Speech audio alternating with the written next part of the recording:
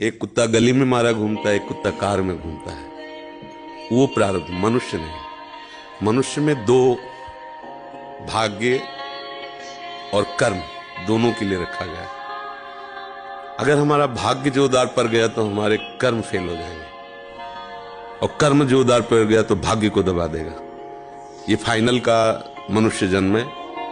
इसमें ये केवल नहीं कि प्रारब्ध में जो लिखा है वही होगा, आगे कुछ हो नहीं सकता। कि मनुष्य जन्म की दुर्लभता सिद्ध नहीं होती। मनुष्य जन्म की दुर्लभता शास्त्रों में गाई गई है। दुर्लभो मानुषो देहो। क्या दुर्लभता है? अब हमारे प्रारब्ध में लिखा है दुख ही भोगना है, लेकिन आपने निश्चय किया सत्संग सुन करके कि सर्व सामर्थ्यशाली भगवान और भगवान का नाम सब कुछ कर सकता है।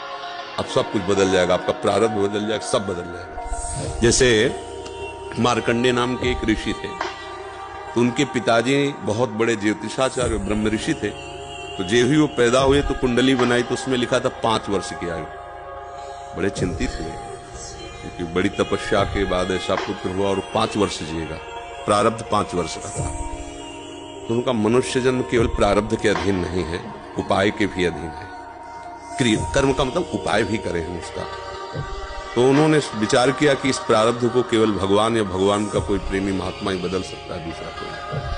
तो जैसे जैसे वो सयाने होते गए, एक एक दिन वो नोट करते, पिता है जब थोड़ा सा 3-4 के बीच की अवस्था है, तो उनका बेटा मेरी एक बात मानो, ये गंगा के किनारे जितने भी कोई ऋषि महात्मा संत दिखा, सबको साष्टांग प्रणाम करो। अब वो बालक थे, अब संतों को प्रणाम करने की उन्होंने, क्योंकि जानते थे कि संतों की कृपा दृष्टि पड़ जाए तो प्रारब्ध का नाश हो सकता है। अब गुप्त रूप से सनक सनंदन सनातन सनत कुमार भी विचरण ही करते रहते, तो मार्कंडेय जी सबको प्रणाम करते थे। तो सब करुणा भरी, भगवान तुम पर दया करें। बच्चा जैसे कोई आप सब प्रणाम करो तो उतना हृदय नहीं, लेकिन अगर छोटा बच्चा तो एकदम उसकी तरफ दृष्टि जाएगी, राधा राधा राधा राधा। एक छोटा बच्चा है, प्रणाम कर रहा है 3-3.5 वर्ष का, तो वो सब संत। और वो चुपचाप बैठ करके देखा करते थे उनके पिता कि किसी ऐसे महापुरुष का आगमन हो जो सृष्टि पर शासन करने की सामर्थ्य रखता हो, तभी प्रारब्ध बदल सकता है। छोटी मोटी तपस्या वाले से प्रारब्ध थोड़ी बढ़ता है। उन्होंने देखा ये चारों तो कुमार हैं, सनक सनंदन सनातन सनत कुमार, जो साष्टांग किया तो वो एकदम, वो भी 5 वर्ष की अवस्था में रहते हैं हर समय। उन्होंने कहा चिरंजीवी भव।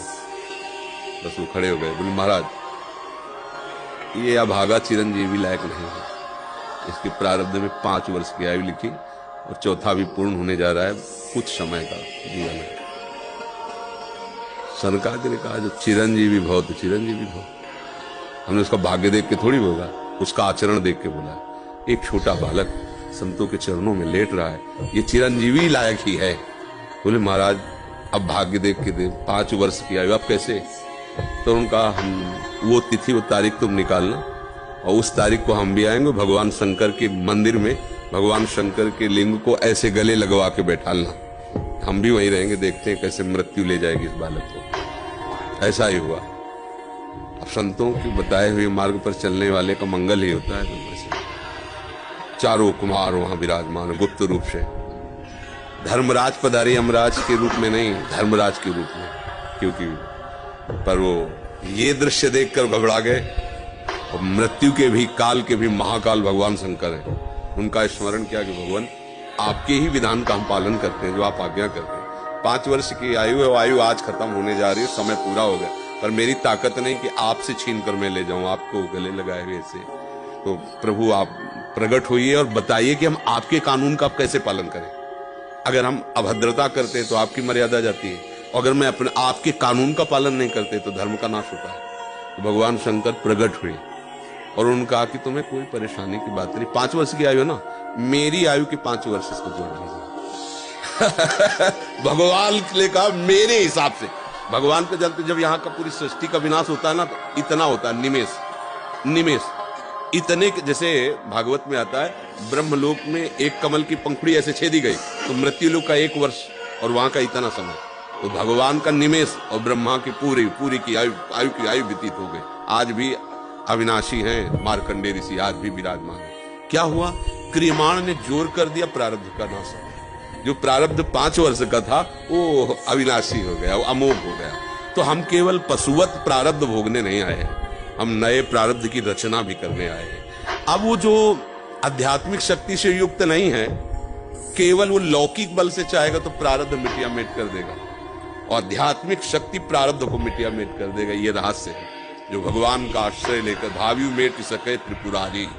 भगवान का आश्रय ले लो तो जो कुअंक भाल के है वो मिट जाएगा। हमारा प्रारब्ध इतना जोर, जैसे प्रारब्ध है किडनी फेल, ये पूर्व प्रारब्ध। माँ के गर्भ से इस रोग की रचना हुई, जान तो पाए 35 वर्ष की अवस्था में, 20 वर्ष बाबा जी बनने के बाद। अब मांगते खाते अपने भजन मार्ग